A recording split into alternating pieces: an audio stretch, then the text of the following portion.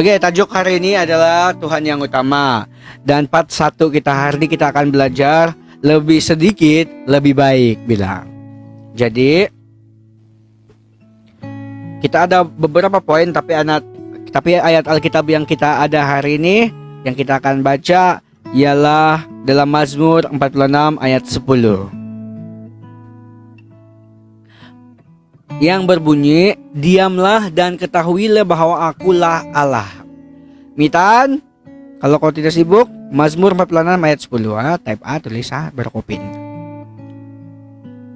Oke, dia punya poin yang pertama. Apakah lebih banyak itu benar-benar lebih baik? Saya mau tanya sama kamu lah. Baguskah banyak duit? Baguskah banyak makanan? Baguskah banyak boyfriend? Baguskah banyak girlfriend? Baguskah banyak kawan? Baguskah banyak harta? Saya mau tanya kamu, baguskah? Sebenarnya lah, paling banyak kalau bagi kamu lah, baguskah banyak duit? Ini yang paling penting saya tanya nih, duit nih. So, hari ini betul banyak bersangkut paut dengan duit. Segala sesuatu yang berlebihan itu tidak baik, betul. Bagus kalau gitu. Enggak. Kalau baguskah? Kau rasa gel kalau kau banyak duit baguskah? Gimana? Banyak duit pun tidak juga boleh bawa mati, bilang. Berlebihan itu kadang melekakan. Ya kan? Cukup baguslah, bilang. Betul? Ada pro dan kontra juga dibilang. Macam mana tuh Elis ya? Coba kasih paham saya. Bible bilang di mana hartamu berada di situ hatimu berada, betul. Di mana hartamu berada di situ hatimu berada. Indah bagus pok, bilang. Ih, mantap lah Jel. Betul. Ya. Kan? Saya tidak dapat duduk bagus-bagus toh. Hanas. Menyesal saya on di PC saya. Tidak juga boleh di Facebook. Oke, jadi di sini ada beberapa poin lah. Bagus juga banyak duit, tapi harus bijaksana kali, dibilang. Betul juga. Kan kalau banyak duit, adakah Tuhan melarang kita banyak duit? Nah juga begitu kan. Cuma itulah. Di mana hartamu berada, di situ juga hatimu berada, bilang. Maksud saya itu ada baik dan buruknya juga, bilang. Betul. Habis sahabat semua, hancurkan.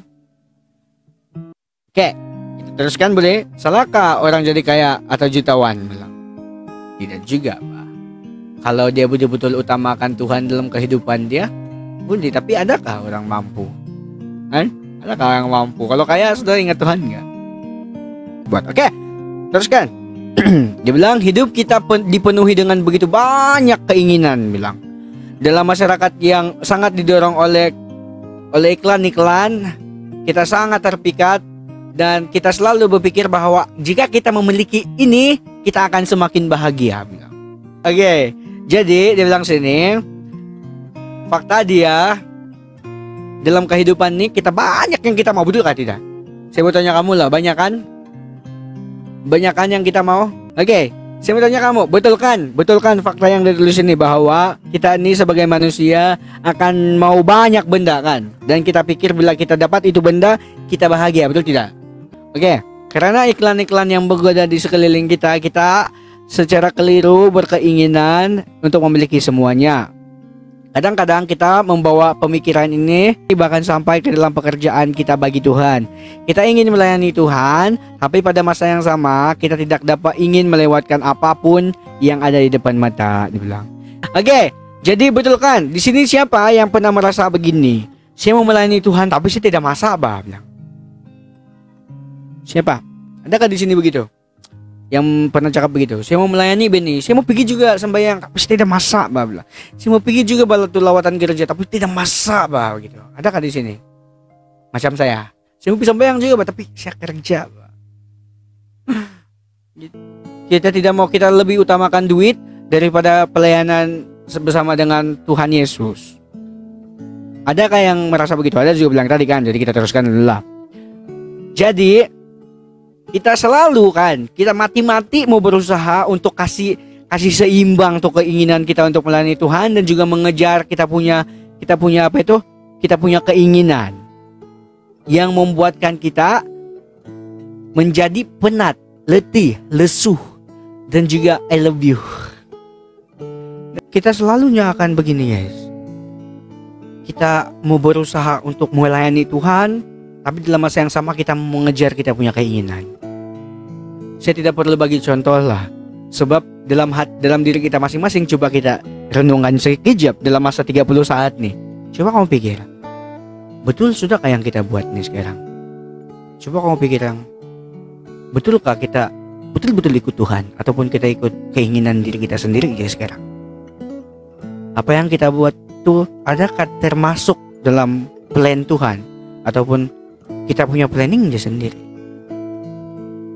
Selalunya kan, coba kamu pikir-pikir sekarang apa yang kita rancangkan. Saya sendiri pun berani cakap apa yang saya rancangkan sekarang kan, itu adalah keinginan saya sendiri. Betul. Nggak ada Tuhan dalam saya punya keinginan. So, saya mau buat ini, saya mau buat itu, saya mau buat itu. Bilang apalah untuk Tuhan ada di sana. Saya berhabis sekarang balik jam 9 sampai saya tidak masa untuk main game. For information, macam mana nih main game pun saya tidak masa, apalagi mau cari semendak. Apalagi nih sampai di sana. Aduh. Saya ikut keinginan sendiri tapi berserah sepenuhnya kepada Tuhan. Macam mana lah tuh bilang, kalau kau ikut keinginan sendiri bilang, sebenarnya kita minta bukan mau ikut keinginan sendiri, kita minta sama Tuhan, kita minta provide kebenaran daripada Tuhan.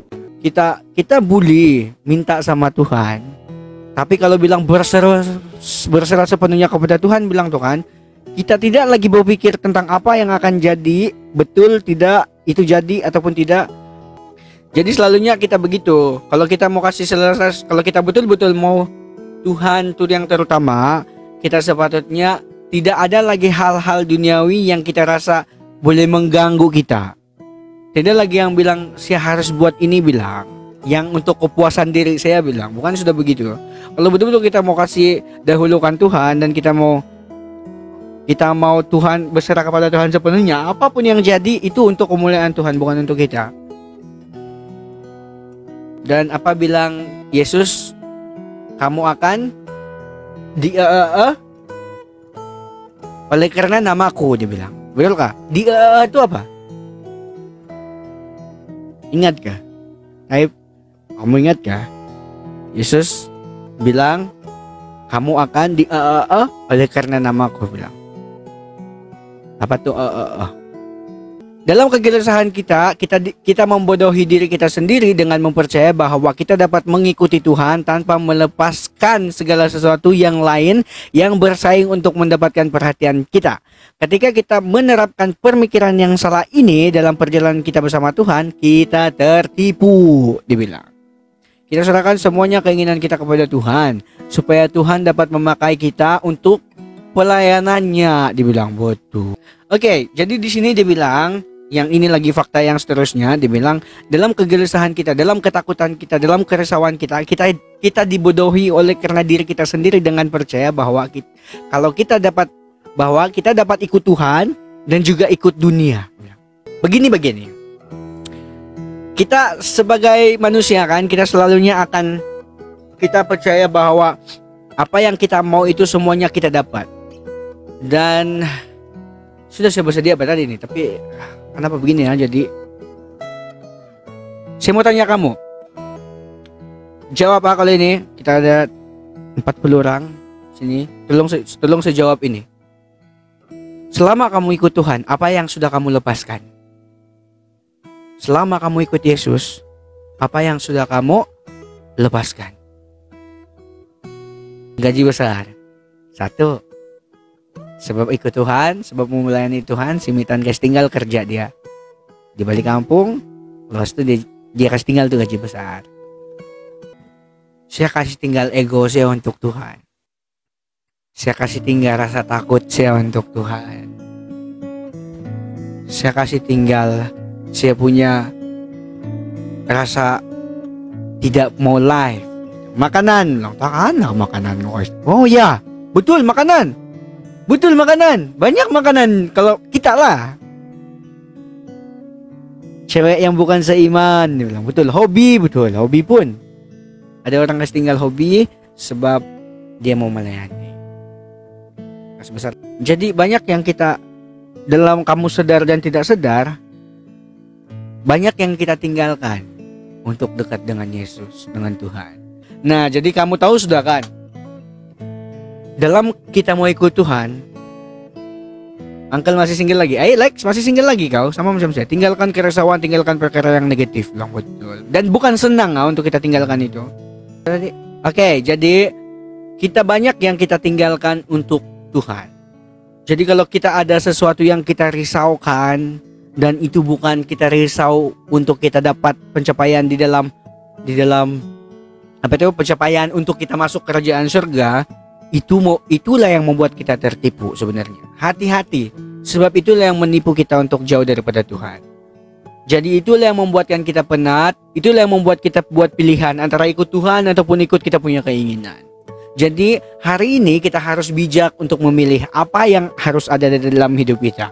Kita harus bijak untuk kontrol, kita harus bijak untuk merancang kehidupan kita. Contohnya macam mana? Contohnya bijak memilih pasangan, bijak untuk pilih kerja, kan? Jangan pilih kerja yang tidak baik, gitu. Contohnya kalau dalam pekerjaan kau tuh karena sudah membuhung begitu, jadi tapi gaji dia besar begitu, kita harus berhenti daripada begitu kan? Kalau kita tidak boleh membuhung, dan kita harus cari kerja yang mungkin lebih susah dari itu dan lebih kecil daripada gaji daripada itu, gitu. Ya, bijak pilih kawan begitu, supaya kita tidak tertipu. Oke, dia punya poin kedua di sini, dia bilang bersedia untuk melepaskan. Kita tidak dapat memiliki semuanya, kita tidak dapat merangkul dunia, kita tidak akan dapat tuh kesenangan yang memikat dan juga berkat Tuhan dalam masa yang sama. Berpikir seperti itu adalah sebuah kesalahan. Dan mentality itu akan membuatkan pemikiran kita menimbulkan dampak yang buruk bagi kehidupan rohani kita. Macam mana kalau luangkan masa untuk Tuhan di hari Minggu, sebab selalu buat kerja sendiri saja, dia bilang. Ini yang selalunya jadi persoalan dalam kehidupan kita. Masa kita cuti, kenapa kita tidak dahulukan Tuhan? Ini yang saya mau cakap pula tadi. Kita kerja setiap hari, contohnya kalau office hour ataupun orang-orang yang bekerja di swasta atau kerajaan, selalunya kita ada jam bekerja. Contohnya 8 jam bekerja. Kalau macam saya 8 jam, 9 jam setengah kerja untuk hari-hari biasa. Lepas tu kalau saya mau dia jadi 13 ataupun 14 jam begitu. Saya ada 14 jam, saya sanggup tuh.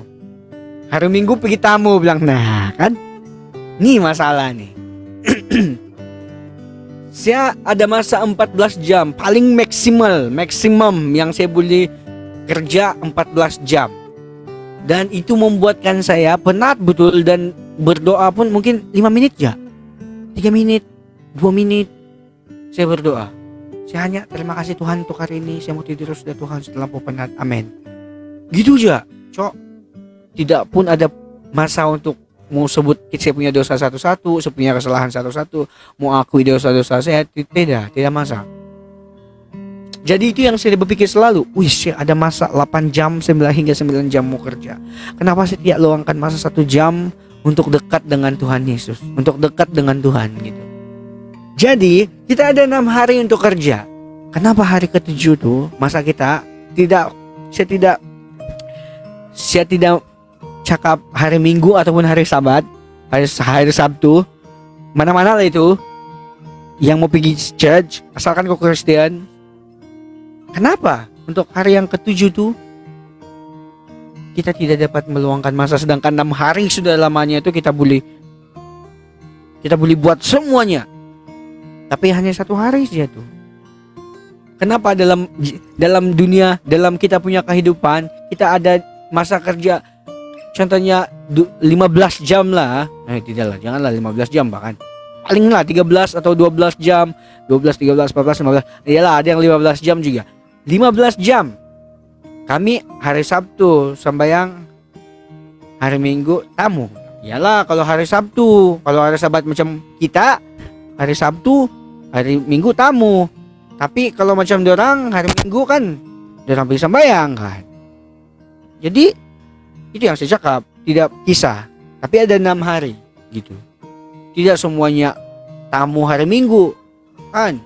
Si SDE bilangnya, saya pun SDE ya kan. Tapi kita kan bukan SDE semua di dalam nih, kita merangkumi kan. Nah.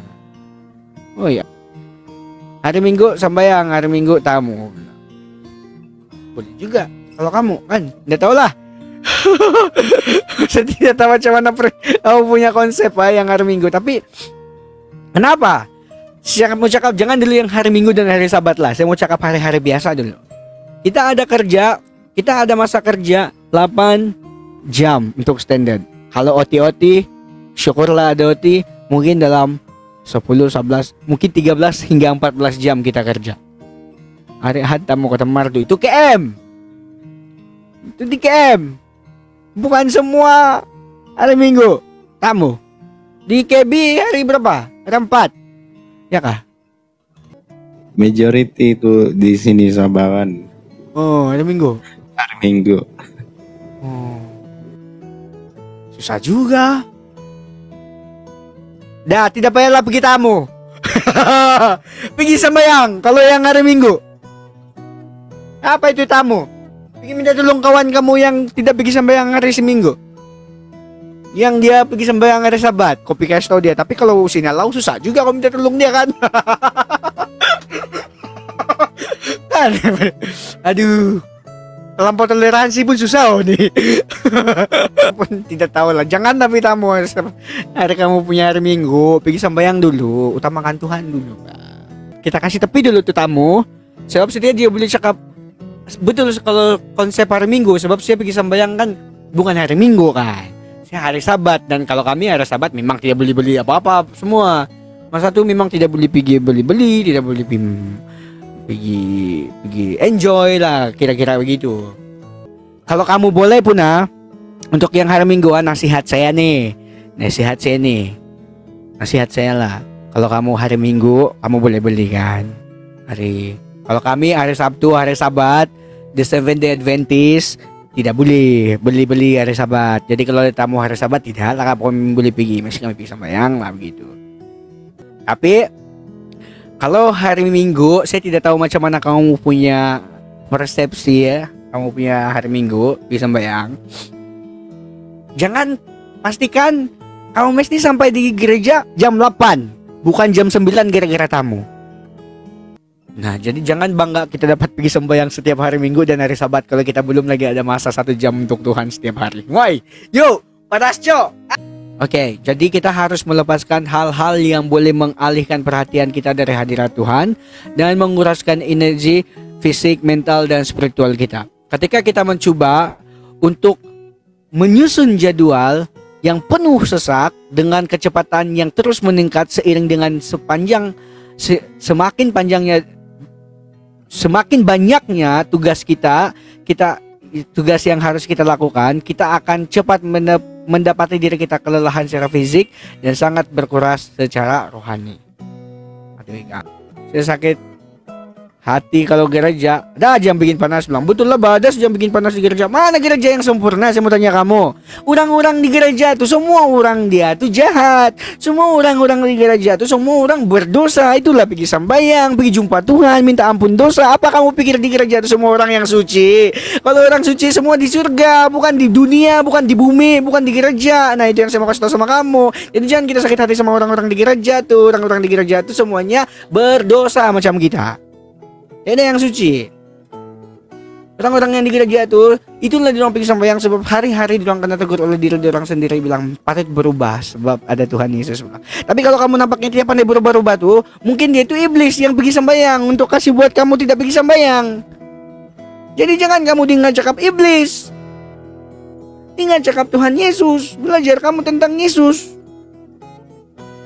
kan? Betul tidak? Lanjut betul saya bercakap tuh, kamu paham juga tuh. Saya pun tidak paham apa yang saya cakap. Oke, jadi kita punya pelajaran dibilang kita harus melepaskan sesuatu untuk kita tidak kasih pada kita punya masa. Jadi itulah saya bilang tadi, kita harus ada apa itu? Ada Google. Sedia lagu cepat. Apa itu? Apa aja? Jangan tanya siapa mau nyanyi. Sebab saya mau kasih nih, mau ending sudah nih lepas nih. Enggak, ada 5 page lagi.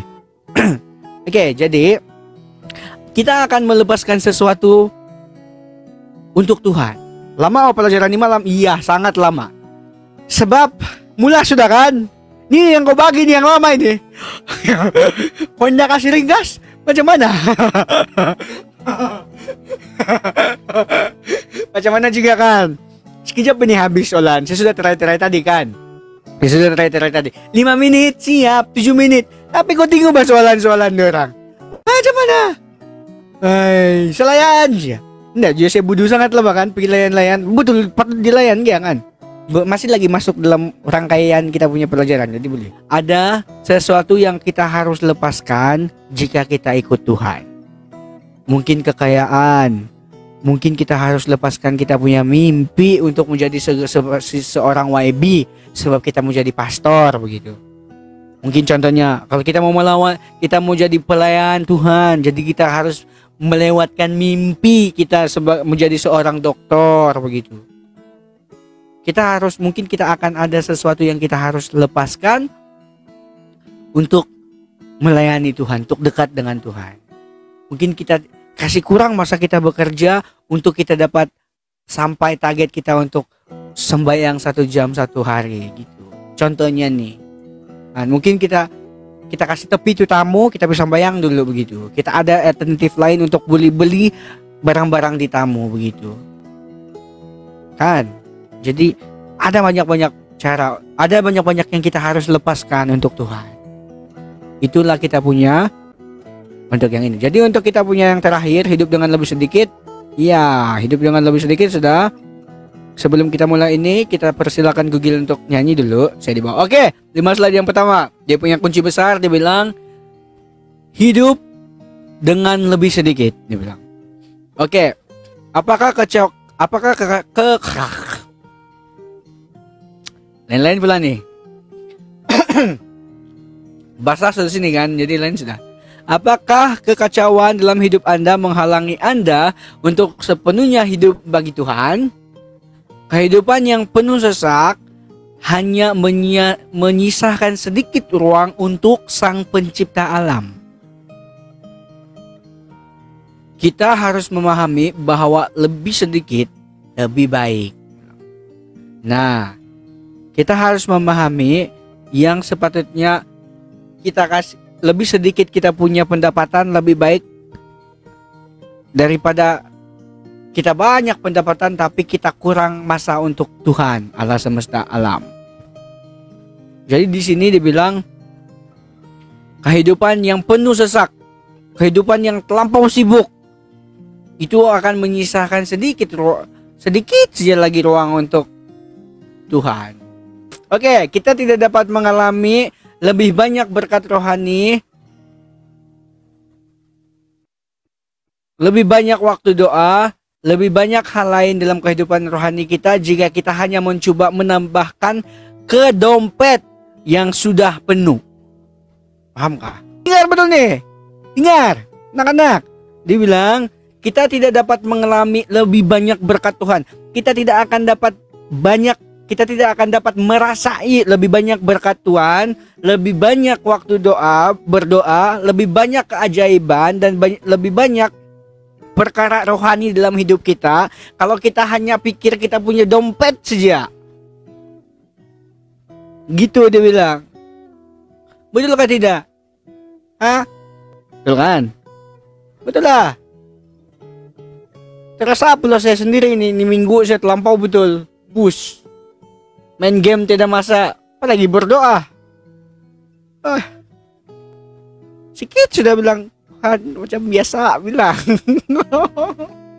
Ya, tapi masalah dia kan guys, kita berhabis sudah kerja pun tidak kaya pun kan. Coba kamu pikir bah, jadi bagus lagi ala kadar saja kan. Dan untuk saya mau kasih tahu kamu lah, untuk kita yang terlalu fokus untuk mencari duit kan, kamu percaya kayak ini benda? Kamu rasa kosong. Nih dia siapa nih? Menyebabkan lebih banyak kekosongan, dia bilang. Bah, betul tidak? Kita sibuk betul, tapi kita rasa kosong. Itu kita buat. Pagi bangun kerja, pagi tidur, pak kerja, makan tengah hari, pas itu balik malam, mandi tidur, kekosongan kan? Kosong kan? Kosong kan? Ya bilang. Oke, bilang. Sebaliknya kita harus membuat keputusan yang disengaja untuk hidup dengan lebih baik, dengan lebih sedikit, sehingga kita dapat menikmati lebih banyak hal yang penting bagi Tuhan. Lebih sedikit, lebih baik, dia bilang. Jadi begini, bukan ini bukan bermaksud kita nih terus tidak mau cari duit, bilang tidak, tapi carilah untuk keperluan kita saja. Keperluan Beni ada, terus kamu bilang tidak perlulah menabung, tidak perlulah simpanan, tidak perlulah ini itu, bilang tidak, itu termasuk keperluan juga. Keperluan kita adalah kita kerja untuk makan, kita kerja untuk apa yang kita pakai, kita kerja untuk apa yang kita tinggal, kita kerja untuk kita menyimpan untuk hari depan. Simpanan itu penting juga. Dalam Alkitab selalunya, macam mana dorang si Abraham boleh kaya kalau bukan campin dorang invest, dorang punya keuntungan, dorang punya ternak semua. Ada dia punya faktor-faktor invest, tapi dahulukan Tuhan baru diberkati gitu. Baru kita boleh rasakan itu berkat. Nah, ada beza keperluan dan keinginan. Nah, betul, keperluan Tuhannya yang kita perlukan. Dan keinginan ini contohnya, kita perlu kereta, kita perlu beli kancil saja. Itu kan nama dia kereta kan, kereta kancil. Jangan nggak bilang kereta surung, itu pun kereta juga tapi surung. Yang kereta kita naik bukan yang disurung, okay? Contohnya nih, kita perlu kereta, kita belilah kancil saja. Sebab itu yang kita perlu, dan itu saja yang kita punya kemampuan. Tapi ini kau, oleh karena kau malu kan kawan-kawan kau guna Hilux, terus kamu beli tuh sabun Lux. Tidak. Jadi kebanyakannya orang kan begitu kan. Jadi dia pun mau dia beli Hilux, terus dia beli apa? Ford gitu. Hilux kau 5 gear, si 6 gear begitu. Sedangkan keperluan dia kancil pun sampai pergi sekolah dia. Gitu. Ini yang keinginan tuh daripada keperluan. Nah, jadi kita kena dahulukan kita punya keperluan dulu. Bijaklah seperti ular, liciklah. Bijaklah seperti ular, tapi tuluslah seperti merpati. Jadi habis sudah kita punya pelajaran untuk hari ini. Kita jumpa lagi. Nanti ada lagi part 2, tajuk minggu depan. Bahaya kesibukan bagi Tuhan.